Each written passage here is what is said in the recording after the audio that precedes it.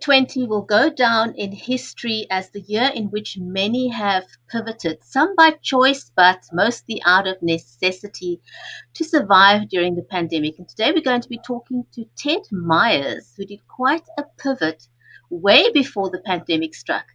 So stay with us for more on his story. The Writer's Corner live show brings you the backstories to the stories written by great storytellers from around the globe and offer you, the audience, the unique opportunity to interact with them live on the show. So don't go away. When we come back, we're going to be talking to Ted Myers.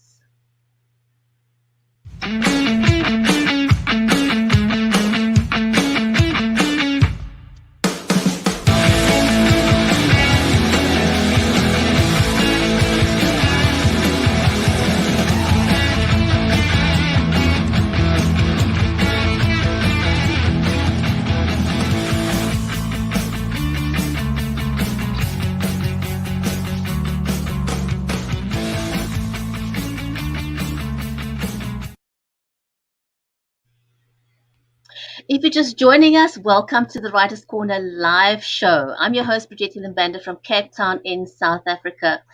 Today's stream is made possible by StreamYard, Creative Edge, and BeLive Media, helping you to spotlight humans behind your brand and to elevate your online profile with ease. If you want to know when we go live, please go ahead and like our Facebook page, and over on YouTube, please click the notification button and subscribe to our channel. Today's show, we're going to be talking to Ted Myers about how he pivoted and his latest release called Paris Escapade. But first, let me say a warm welcome to my friend and co-host Mary Elizabeth Jackson. She's a special needs and disabilities advocate and the award-winning author of the Foolicious children's book series. Mary, welcome to the show. Hi, how are you doing today? I'm very well, thanks, and yourself? Oh, doing wonderful. I'm excited about our interview. We had so much fun with our author last time he was on. And, people who really have had to pivot and think outside the box and get creative during this period of time in all different kinds of businesses, just being an author. There's been a challenge just about everywhere, hasn't there? Oh, absolutely. It's been an interesting year, and it's not all been bad because some people have pivoted in a very, very positive, life-changing way. So very excited to hear how Ted pivoted even prior to the pandemic. But first, let's just say a warm welcome to all our viewers. If you're watching us on YouTube, on Facebook, on Twitter, Periscope, and also on LinkedIn, a very warm welcome to you. It's great to have you joining us on the show today. And go ahead, say hello in the comments. Let us know where you're joining us from. And if you've got a question for Ted Myers about his pivot and his new book, The Paris Escapade, then please do let us know in the chat. And so a little bit about Ted before we bring him on. He spent 20-odd years trembling on the brink of rock stardom and 15 years working at record companies. And then he left the music business to take a job as a copywriter in an advertising agency, determined to make his mark as an author. And we're going to find out a little bit more about his backstory there. He's an accomplished author already. His fiction has appeared in many literary magazines and anthologies. And his epic and amusing memoir called Making It, Music, Sex and Drugs in the Golden Age of Rock was published in 2017. And then we had him on the show a while ago, about a year ago, I think. And we spoke about Fluffy's I think it was Revolution. more than a year ago. Yeah, it was published in 2019. So that was his first novel. Okay. And so now he's going to, this one's only being released on the 17th of December, called Paris Escapade. So shall we invite him It's Christmas to the present. show? Let's get him on the show, shall we? Absolutely.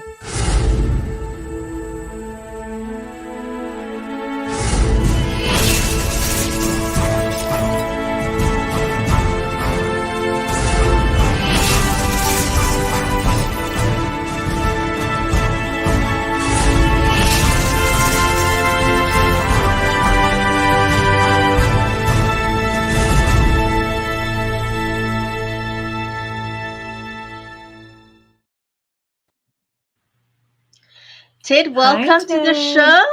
Hi, So great to have you join us today. great to be here. Wonderful, wonderful. I want to hear Love all it. Well, about we're excited to your. have you on and yeah. Go ahead, Mary. Oh, I was just going to say the same thing you were. So go ahead and finish. We're excited to hear. We were saying in the at the beginning of the show, so many people have pivoted during 2020 out of necessity due to the pandemic, but you made your pivot way before that. Um, Can you tell us a little bit about that and why you wanted to become an author? Just walk us through your journey of becoming an author and why you got out of the music business. Well, I've always done writing in one form or another. Uh, I didn't make my living at it. I still don't. But once I retired from my record company job and retired from the advertising copywriter job, this was a logical step for me. I always had a talent for using language, and it was fun. It was just something fun to do after retiring. Um, I don't know how many of you out there are authors, but if you are one, you know you can't really rely on that to make money. So there had to be an independent source of income. And once I retired, I had that and was able to just write down anything that came into my head. Hey, that's really good to do though. And you do have to write it down because I don't know if you're like me, but it'll happen at 2 or 3 o'clock in the morning when you're like you've gotten up and you're trying to go back to sleep and if you don't write down, it never sounds the same. If you go, oh, I'll get up and do it tomorrow, it never ever sounds the same. So we want to ask you your first book, Making It: Music, Sex, and Drugs in the Golden Age of Rock. Would you call that your transition book? That was a memoir. That was my first full-length book. I had written short stories, some of which had been published in literary magazines before that. But yes, I guess I would call it that. Mark Twain said, write what you know. And I decided, well, my life has certainly been a roller coaster ride. So I'll write a memoir. And I really held nothing back. It's quite a risque, rollicking, reading. Oh wait, listen to the alliteration here. A risque, rollicking reading experience. A real You need to tongue use that in your twister, isn't it? advertising for it. That's so funny. But after that, I decided, well, I'm done with nonfiction. I don't want to be pigeonholed as a nonfiction writer. My then publisher wanted me to keep writing about music, but write something else about the music business, and then we'll have you neatly pigeonholed as that kind of writer. But contrary as I am, I decided to go to completely go the opposite direction and start writing fiction. And I went with a different publisher, and I wrote a sort of amusing sci-fi, upbeat sci-fi,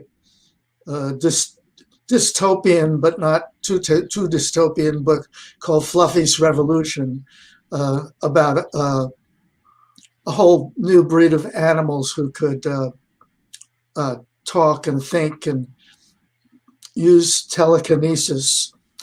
And so anyway, that started me off on my path to writing fiction. And this is Paris Escapade is my second foray into that area. So It also Is it based on planned to be some. a series? Are you No, I don't do series.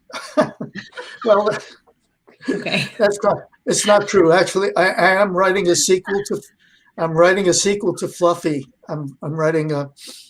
At the moment, I'm working on something that I'm calling Fluffy's Evolution, which takes the first story further. To the next level. Right. It just continues the adventures of the same cast Yeah. of characters. But Paris Escapade, the idea came to me from thinking about my own life. And I was going to ask you that question, I was going to I was going to ask you exactly that. I wanted to say to you, are some of the stories um interwoven into your own life, or is it fictional, and do you incorporate people in real life?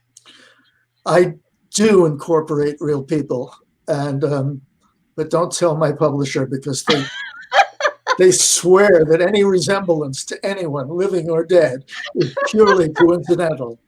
Right. Um, They'll lie. They'll hold to that too. but just between you and me and everybody else listening in the whole world, uh, there the first couple of chapters of Paris Escapade are practically memoir. The close to being exactly something that happened. I went on a trip when I was 16 years old. I went on a trip to Europe with a bunch of kids in a bus, and we camped out all over Europe for 6 weeks. And it was the most, up to that point, it was the most revelatory experience of my life. And I had the greatest summer of my life. But then I got to thinking, well, if I had gone when I was 17 instead of 16, I might have pulled some of the shenanigans that I do in this book. So this is about a kid who goes on such a trip and then pulls a disappearing act in Paris. He escapes from the youth hostel and disappears for a good long period of time. Well, everyone is frantically looking for him, and they have the cops looking for him. And but he's determined to be a writer, an author on the left bank, living in a garret on the left bank. Your every parent's nightmare child. In other words, you want to say. Right. Yeah. Yes. Yeah. The true rebel, right? Well, it's true. It's true. Also, in actual fact, I became a rock and roll musician, which is just as yeah, funny. It's kind of the parents' nightmare. Yeah, I think it was my mission in life was giving my parents heart failure. Fortunately, they both lived to ripe old age. But I think that's a parent's prayer is to survive their children. I was a handful. I gave them a lot of grief. I can't imagine. You seem so angelic, Ted. I just think it's all fake. I guess I've mellowed in my old age. So who did you write this book in mind for, and what would you say the age range this book would be good for? Well, the protagonist is 17, as I say, a young adult. I was thinking about Catcher in the Rye, and I was thinking about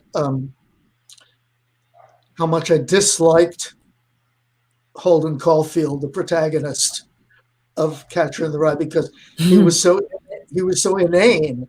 And when I was 17, I was much sharper than that. I was, already speaking and thinking and writing like an adult. And so were most of my contemporaries.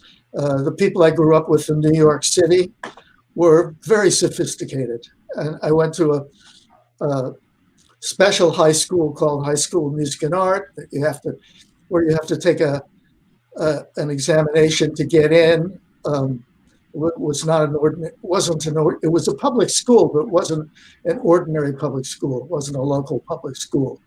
And I was an art major, actually. And then I decided I wanted to be a musician. In this book, I decided I want to be a writer. And so it's roughly parallel. The whole thing's roughly parallel to my real existence. That's amazing. Yes, and you survived the rock and roll days. I lived probably one of the greatest times in all of human history. I grew up in the 60s. I came of age. I went to high school in 1960. That was when I started high school. And I graduated in 1963. Started my first rock band in 1964. And that was in college. And we all dropped out together and started playing around in Boston, and got signed to Capitol Records a year later. It was Wow. the magical time. It was a magical time. Right. I was the height of the hippie era, and I lived through all of that, and the cataclysmic political climate of the late 60s. Yeah, I experienced it all firsthand, and it was quite a journey. So this pandemic is a piece of cake for you, right? Sorry, what? I said so the pandemic is a piece of cake for you. I haven't changed very much about my lifestyle. Let me put it that way. I spend my life just hiding in the house and writing and thinking and entertaining myself in various ways. I have a couple of kids that are grown now, and so I live a kind of hermit's existence anyway. So it's not really too big of a strain on my nerves, to have to stay in. But the pandemic is not I'm not thrilled by the pandemic at all. I'm anxious for it to be gone. Yes, we need some peace. It'd be great to be able to bring the 60s into this time period now. Not necessarily sex, drugs, and all that stuff, but peace and love and come on, music too. bringing people together. And we're a G-rated show, so we have to keep it clean. That's the adult version of our show. People have become so prudish in these times. Well, I know a lot of people have babies during this time, so there is stuff happening. So, that's but I'm saying sure.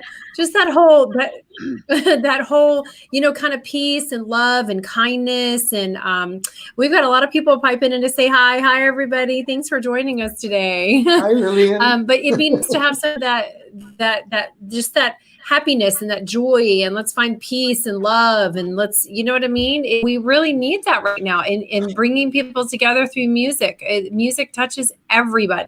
It is a common denominator that touches everyone. It isn't the dominant force that it once was. I'm afraid. I'm sorry to say.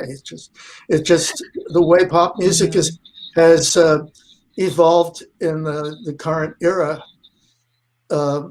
First of all, it's all fragmented. There's all these different little niches. There's no one, central rallying point like rock and roll was, and it's just different. But we have to embrace change.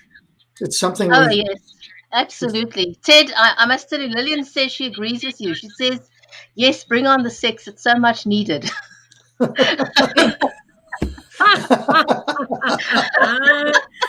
that's the common denominator. Yes. Well, at my age, I'm more or less on the sidelines there, but Yes, I think that.